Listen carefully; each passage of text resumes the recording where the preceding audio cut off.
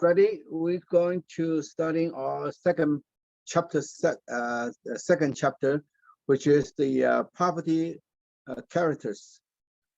What's the characters of the real property and the personal property? Okay, and we're going to discuss about the first part will be the real property. The characters of the real property, they call the freehold. Freehold, that means you hold the property right, you can do whatever you want to do. Okay, in the first section, first part is called the fee simple absolute, freehold, inheritance, and indefinite duration and greatest interest. And so real property is defined as, in the strict legal sense, land appurtenances, that which is affixed to the land, and that which by law is immovable. It usually refers to the bundle of rights inherent in ownership. Freehold, fee simple absolute. An estate in fee simple absolute was the largest estate recognized by the law. Among other rights, its owners controlled its disposition, including the right to will it. Freehold. A freehold estate could be an estate in fee or a life estate. An estate in fee could either be absolute or qualified. Inheritance. In a legal meaning, real property obtained by law could be disposed by will. An indefinite duration. An unlimited period of time or a very prolonged period time frame. And then greatest interest. This is the most beneficial result. The question they will ask you, what is the if you own the property, a real property, what's the right you have? What kind of right you have? So that your answer is either one of the answer is your correct answer, because that when you own the real property, that means you are freehold the property. Then that means fee simple absolute. That means you have an absolute right to using the property. It's called a fee simple absolute. The next one is the freehold inheritance. Inheritance, that means you can hold as the gift to your son or grandson. That's an inheritance. And the greatest interest, that is the greatest interest. So this is the 4 choice question. Okay, either one is your correct answer. Okay, so the next part is the fee simple defeasible. Upon disposition, this estate could become qualified by a condition. For example, grantor A could sell the estate to grantee B on the condition that the property be used as a hotel for itinerant musicians. If B changed the use, A could re-enter the property and terminate B's estate. Hence, B's fee estate could be defeated and was termed fee simple defeasible. Fee simple defeasible is a very, very important legal concept of the real property. Let me give you some example.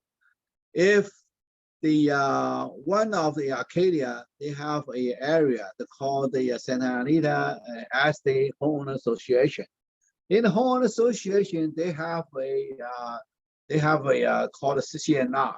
In a CC&R, they restrict all the house, all the garage, car garage has to be in the rear of the property, not in the front of the house. However, right now, a lot of new design, lot of garages in front of the house. When the architect doesn't pay attention to the restriction, then they design the house, they put the car garage in the front of the house. That was against the CC&R. Whenever against the CC&R or against the seller reserve a certain condition, like in a commercial property. So they don't want it to this property to be a liquor store. Okay, for example, because people they hate smoke and drink, okay, drunk stuff. So when they sell it many years ago, okay, when they sell the property, the first owner, they sell the property, they put a reserve condition on the property. So no matter whoever owned the property, they will never can be open a liquor store. Wow. So this is a very important part. You need to very be careful. When you buy the property, you need to check with the deed is any restriction. If there is restriction there, you be careful because you may lose your property. Okay, so this is called a fee simple defeasible. Okay, this is a very important concept and you need to memorize. The next one is the called the life estate. Life estate. A life estate would be created if grantor A conveyed real property to B for the life of B or the life of some other person, with the initial grant controlling disposition of the estate upon the death of B or the death of the other person. Again, this was a freehold because its duration was not fixed in specific temporal terms of months or years. This is also a very important concept. Very important concept. Like all grandfather or father is all getting old, and they have a couple of son or daughter, so they want to grant. They want to grant the property right title to the son or the daughter. However, if they grant the title to the son or daughter, they might kick him his father out, right? Yeah. So and go to the controversial home, okay, but they don't want to do it. They want to stay at home. So they have an agreement. They call, I can sign the title to son and daughter, but I want to stay the house until I die. Okay, then when the father or grandfather die, then the title will automatically pass to the son or to the daughter. So they will avoid the probate sale. Avoid the probate sale. So they can already pass it in life and stipulate that they still have the right to live in that home. To live in there. Okay. Makes sense. So this is a very important legal concept, and also the test will test you. Okay, the test question like this. So the father or grandfather grant the title to the son, right? They still live there, right? They have the right to lease the property to third property. Like a grandfather is A, son is B, right? So the A signed the title grant to the B. So the B own the title, right? Okay, but they don't have a right to live in it. Okay, because he put the condition, he wants to still live there until die, right? Mm-hmm. So he has conditions. So the B own the property, A grant the property right to the B. However, he has the right to live there. Okay, the question will ask you, are there A has a right to lease the property to C during the duration? No. Yes. Oh, yes. Yes. So this is a very important part. Yeah, okay. Yeah. Okay. He still live there. The only thing he give away is the property right, the title. Okay. Okay. But he has a use right. So he can also lease to someone else. The original. Only lease the use right. Got it. Not the title right, not the property right. Okay. So this is the lease right is personal property. Right. Okay. The title right is the real property. So he on his son on the real property right, he reserved the personal property. So personal property can be leased. Wow. Also, this is a very careful question. Yeah. Okay, a lot of people miss out. They okay, you miss one point. Okay, so this is a life estate. It's very important. Okay, estate in reminder. That means his son and daughter reminder. Reminder, that means when the father passed away and he's standby there to hold the property. They call it a reminder. However, some very, very tricky stuff, legal tricky stuff. If A grant property right, title to the B is son, right? Then if A pass away, the B hold the property. But in the contract, they said after B die, give to the C. That means B maybe his brother, right? Right. Okay. Elder brother has the first right. After elder brother pass away, they give to the daughter. Then after daughters pass away, they can revise the property right to the A or to the B. This is called the reminder. This is called the reversion. Reversion. This is very important two terms you need to memorize. Perfect. And just to go over those definitions, an estate and remainder. Let me right now. Okay, this original owner, right? Original owner. A, call A, his son, A, B, his daughter, C. Okay, he grant this right, real property right, right? He hold the personal property right, right? Right. Okay. So when he passed away, the right give to the B, transfer to the B. And the B passed away, transfer to the C. And when C passed away, back to A. So this is the called reminder. It's called a reversion. Understood. Okay, a little complicated, but it's very important. Yeah, no, definitely. Okay. So when the A still alive, okay. So he have the right to lease to the D. Makes sense. Right. Okay, lease to the D. Okay, this is the D because this is a using right. It's not a property right. Right. Okay. So the tax question will ask you, when A passed away, is the D has the right continue stay in the house or not? That's a tricky one. That's very tricky, right? So remember, life estate based on the life. Right. Whenever he passed away, all the rights gone. So then that tenant D would no longer have rights. No longer has the right. Even they signed the right with A, because when A passed away, all the rights is gone. So he need to be moved out. Understood. Okay, so this is very, very tricky and very complicated part.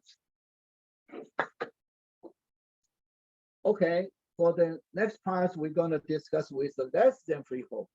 Less than freehold, that means the personal right. Okay, first is the period. Based on the period, lease, based on the talking of lease. This one is called the lease for year, lease periodical, a will, and a sufferance. All the lease has a 4 different classification. So we needed to clear understand what is lease means. It's based on the period. Perfect. And so personal property, all leases are personal property. The first one, less than freehold. Second one would be period. So a period is any lease or rental of a property is based on a period of time. The right of possession to use the property is called personal property. Then we have for year. An estate for years is one which is to continue for a definite period, fixed and advanced by agreement between landlord and tenant. The name is somewhat misleading because the period may be for less than a year, measured in specific days, weeks, or months. Periodic. An estate from period to period or periodic tenancy is one which continues for periods of time, typically year to year, month to month, or week to week, as designated by the landlord and tenant in their agreement. The most common periodic tenancy is the month-to-month tenancy. And then at will, an estate at will is one which is terminable at the will or unilateral decision of either party with no designated period of duration. Tenancies at will are uncommon because the landlord's acceptance of periodic rents causes the tenancy to be treated like a periodic tenancy. Sufferance. An estate at sufferance is one in which the tenant who has rightfully come into possession of the land retains possession after the expiration of the term. For example, a tenant who holds over after the expiration of a lease would be deemed to be holding an estate at sufferance. Okay, this is also very important concept in the real estate we needed to understand. Okay, the lease have two kinds, basically two classifications. One is by year, one is for year, one is periodical. One is a year, one is periodical. Okay, the question is the year. Don't confuse this year. This is very tricky one. Okay, very tricky. Be careful. It's the question they ask you. If Bruno go to Hawaii for vacation, and you book the hotel for 1 week, okay? Right. The question they ask you, this lease is considered as a year, for a year, or periodical, or well, or sufferance. And that one could be 4 year, even though it's not a year. Yeah. Yeah. So because the definition of the 4 years, because you need to have a definite starting point, starting time, and end time. Right. And that could be days, weeks, months. Yeah. Right. It can be days, can be weeks, can be months, can be so. That's called SD for year. Don't make a mistake. Yeah. This is a lot of people made a mistake. Oh, this is a year. I only go to Hawaii for 1 week. It's not for year. However, in the law, they classify this as a lease for year. Understood. The other one is periodical. Periodical, that means you have a you also have the definite time. However, we call it you live from January to December for 1 year. Right? Okay. Or January to July, no matter when. They need to have a definite time starting and definite time to end. It's also called periodical. Okay. However, the only difference is periodical has two different kinds. One is need a notice. One is no notice. When end of the December, okay, if you want to continue to lease, continue to stay there without new lease, some people sign a renew, right? Sign renew lease, right? But this is no sign renew. They will continue to pay the money, but no new lease because lease is already ended.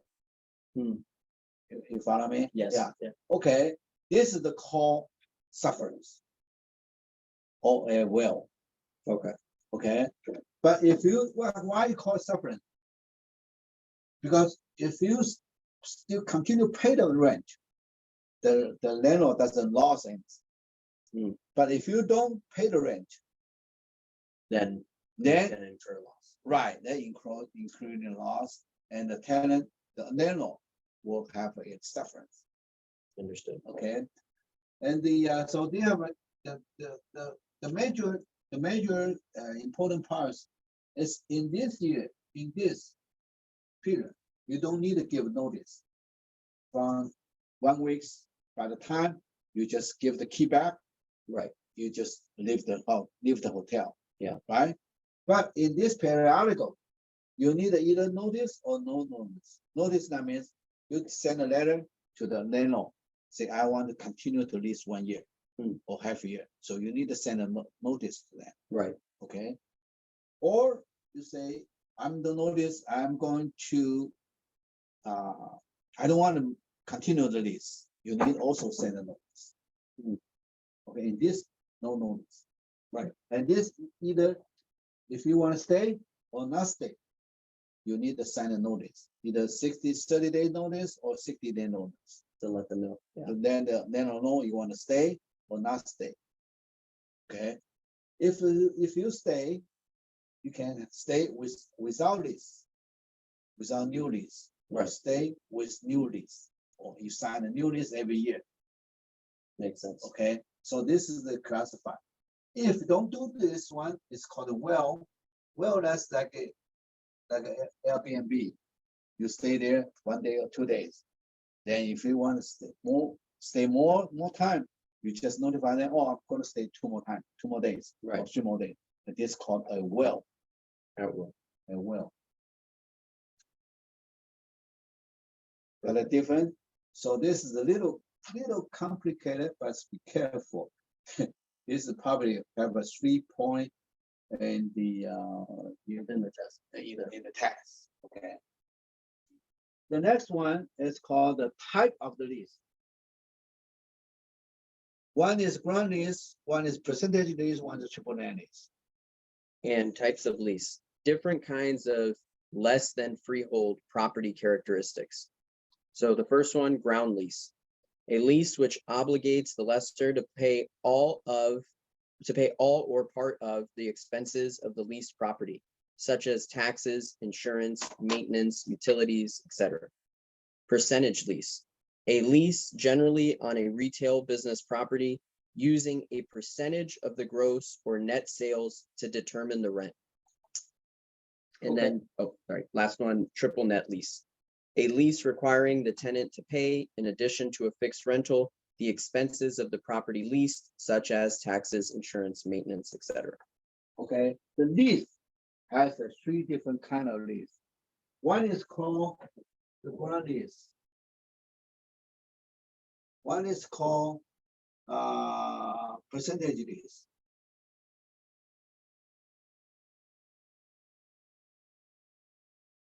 One is called triple net.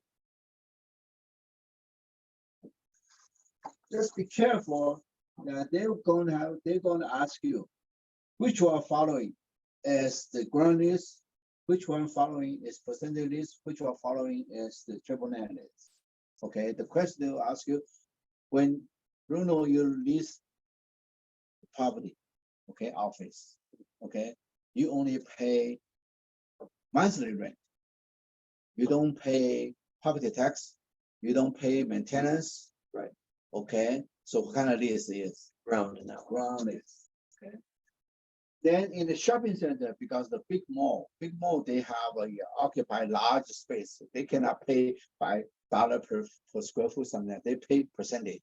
In the Christmas time, New Year time, business is good. They pay percentage. Right. And in the some other low season, they pay less than. So this is called based on your sales percentage.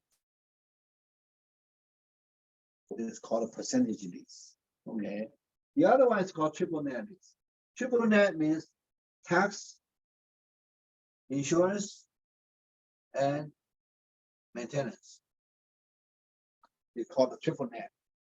The triple net is you need the question will ask you if the landlord, if the tenant need to pay tax, property tax, you don't own the property, Right. but you need to pay the property tax. Then automatically, triple net lease. Right. Yeah. Then you need to pay the insurance. You need to pay the maintenance. Right. So they will ask you, what kind of lease is this? So your answer is triple net lease. Okay, so this is the last question. The next part they will ask you is the lease can be transferable. You can transfer the whole lease or transfer part of lease. Transfer the whole lease called assignment. Transfer partial lease called a sublease. So transfers are the act by which the possession or lease to the property is conveyed from one party to another.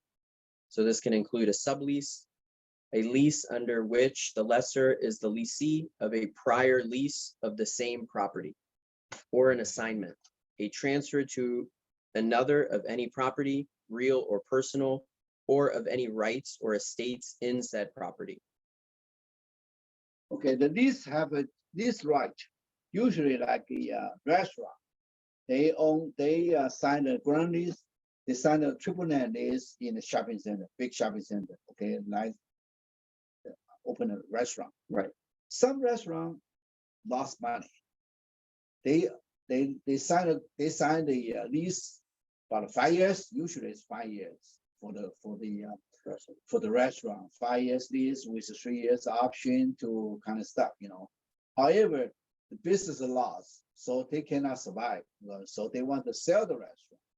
Okay, the new owner of the restaurant, they needed to take over the lease, right? To take over the lease. Right. When the new owner take over the lease, this is called assignment. That means the whole lease was transferred to the new owner. Okay. If the first owner using about a 5 years lease, they're using 2 years already.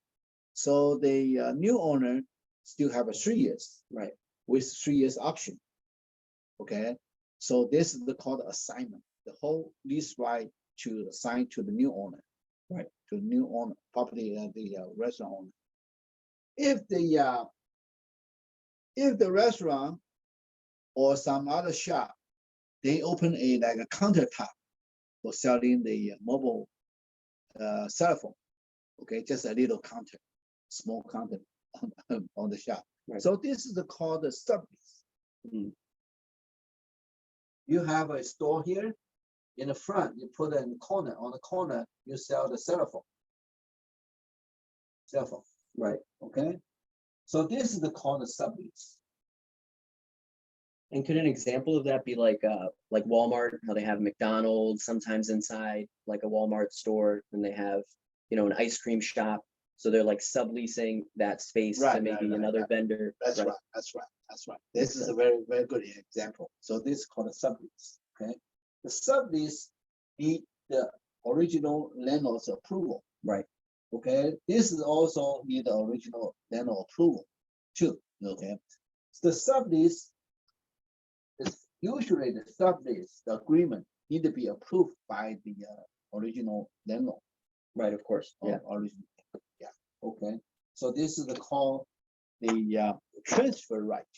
They have a transfer. If the landlord say no sublease, then you cannot do this. Right. Yeah. The other one, the other legal issue regarding the lease, it's called the quiet possession or constructive eviction, unlawful detainer. And so the first one, quiet possession, usually inserted in leases or conveyances whereby lessor or grantor promise that the tenant or grantee shall enjoy possession of the premises in peace and without disturbance caused by defective title. Constructive eviction. For many years, the courts have held that a tenant relying on the doctrine of constructive eviction must surrender possession of the premises in order to escape the obligation to pay rent. And then unlawful detainer. Unlawful detainer, a landlord who seeks to oust a defaulting tenant from possession of the premises may bring an action in injectment, which is a long process, or the more common and expeditious procedure of unlawful detainer. Okay, this is have a 3 very important legal concept. One is called the quiet enjoyment.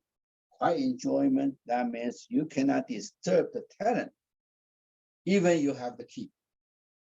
Okay, so this is the quiet enjoyment position. That means if you are a management company or you are a landlord, you lease the property, apartment or house to the tenant. You had a key, right? Because the emergency use, right? You had a key. Then you needed somebody to go into your house to repair something. Okay, you must notify the tenant, the tenant first before you go into the property, because you don't have the right to go direct. Right. This is the call the quiet possession right. If you disturb this or bother arising on the tenant, then the tenant has the right to cancel the lease. Oh wow. So this is very important. So this is called the quiet enjoyment right. You cannot disturb the tenant's right. This is the first. The second one is called the constructive eviction. Construction eviction, that means if the property is no longer livable, something wrong, like like a few years ago, they call earthquake. They call the North Ridge earthquake. Right? North Ridge earthquake. Some three storage apartment building. They collapse, become a two storage. Right. Become underground, right? Yeah. So the property is no longer livable. It's dangerous, right? So then that lease can also be canceled. Yeah. So you already signed a lease with the landlord, right? But its property has been damaged already. Yeah. So you don't have your obligation to fulfill with the lease. So you can cancel the lease and to move away. And the landlord cannot hold your deposit. Right. So this is right called constructive eviction. Okay, Makes sense. the other one is called unlawful detainment. The question will ask you, if the tenant doesn't pay the money, what the landlord will take action, right? Take legal action. The landlord have the right to take following action. A, B, C, D. You have the choice. Then you need a choice. They call it unlawful detainment. The landlord take the legal action to evict the tenant doesn't pay. It's a legally speaking called legally term called unlawful detainment. So 3 points. Right. Now would have to go through courts and. Yeah, that's a go to court. As you can either go yourself or either hire a lawyer to go to court. However, in the civil court, and this kind of lawsuit have a term called unlawful detainment. Unlawful detainment. Perfect. All right. Okay, the last one is called personal property, right? No. Last one. Oh, yes. So one last thing. Because of the complexities involved in the proper procedure of an unlawful detainer, the landlord is likely to employ an attorney or reputable eviction service. The remedy of unlawful detainer is available against a tenant who, 1, holds over after expiration of the term for which the property has been let, 2, continues in possession after default and payment of rent, 3, continues in possession after neglect or failure to perform conditions or covenants of the lease or agreement under which the property is held, including any covenant not assigned to the sublet, 4, commits waste or causes a nuisance upon the lease premises, or 5, fails to quit, leave, or vacate after given written notice of intention to terminate lease. Okay, in the another question they will in the examination they will ask you, what kind of legal procedure you need to do before you file the unlawful detainer. Right. Okay, is that you need to give the tenant 3 days notice to pay or to quit. Okay, first you need to give unpaid tenant 3 days notice to pay or quit. After that, then you can file the unlawful detainer. So this is another question you call. But before you file the unlawful detainer, what you can do first? Yeah, you needed to give a notice of 3 days to pay the pay. Yeah, makes sense. Yeah. What is any other? That's it for this chapter. So this chapter is the continue with the first chapter, and the classify as a real property or personal property. Then this chapter is called if you are the owner of the real property, what kind of right you have. If you are a real holding personal property, then what kind of less than freehold. Okay, remember this one. This is the test question here. Okay, less because you are the owner. You owner. You have a freehold. I'm the tenant. I'm less your right. Right. I only have a use right. I don't have a title right. So they call it less than freehold. So remember this one. This is the question answer. Okay. So this is the second chapter within the property characters. Okay. Then we're going to continue our seminar to discuss with each chapter. If the chapter based on these books, rule books, and based on this real property for the property law and the practice. If you are interested to purchase the books, you can send us the payment, and they also that all the seminar will be posted on the YouTube. Our YouTube account is US Home 555. US Home 555. You can review it anytime in the YouTube. Thank you so much. Thank you.